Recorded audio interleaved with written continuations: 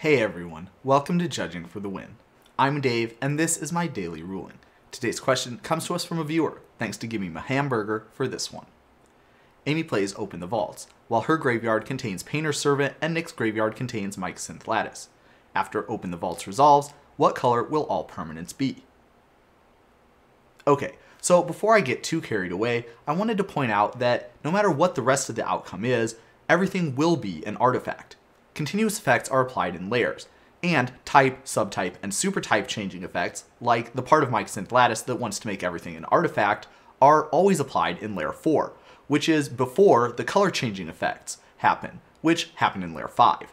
That means that before anything else is going to become any other colors, everything is going to become an artifact first in layer 4, and afterwards in layer 5 we can quibble about what color everything is. Fortunately, there's absolutely no problem with being a colored artifact, and so what that means is that nothing the Painter's Servant does is going to change the fact that everything has become an artifact. Now let's take a look at what's going to happen in layer 5 and what color everything is going to end up being. So with continuous effects, we know that the layers is not going to help us out with this question, since of course both of these are color changing effects that are going to happen in layer 5. So the next thing that we usually might look at would be dependencies. And there's no dependency in between the effect that makes everything colorless and the effect that makes everything, let's say, blue. And the reason for that is because even though the final result is going to be different depending on which of these gets applied first, in order to have a dependency, you would need to have something change what the other continuous effect does, or at least tries to do, to the permanence that it affects. And just changing the outcome isn't really going to count for that definition. If you would like some more information about this topic, I made a whole presentation about how dependencies work, and you can check that out at the link right above. However, we can say that there's no dependency and these both apply in the same layer. That means that we're ready to move on to the third of our 3 easy steps when it comes to dealing with continuous effects. That, of course, being timestamps. And usually this is where I clock out with these continuous effects questions, because once we've identified that timestamps are what we need to solve it, then it's generally pretty easy to go from there. However, that's not really the case here. We've got a little bit of a special situation where both of these permanents entered the battlefield at the exact same time, as part of the exact same game action. And what that means is that it's not really intuitively obvious which one of them should have an earlier or later timestamp. In order to answer that, we're going to need this rule here, which says that if multiple objects are entering the battlefield at the same time, then the active player is going to have earlier timestamps on all of the objects that they control, and then each other player in turn order is going to have later and later timestamps for the permanents that they control.